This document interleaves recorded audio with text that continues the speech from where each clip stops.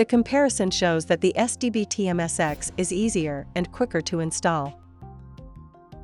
It does not need to be readjusted and can also be installed in environments that are difficult to access. No switching point needs to be taught in by hand.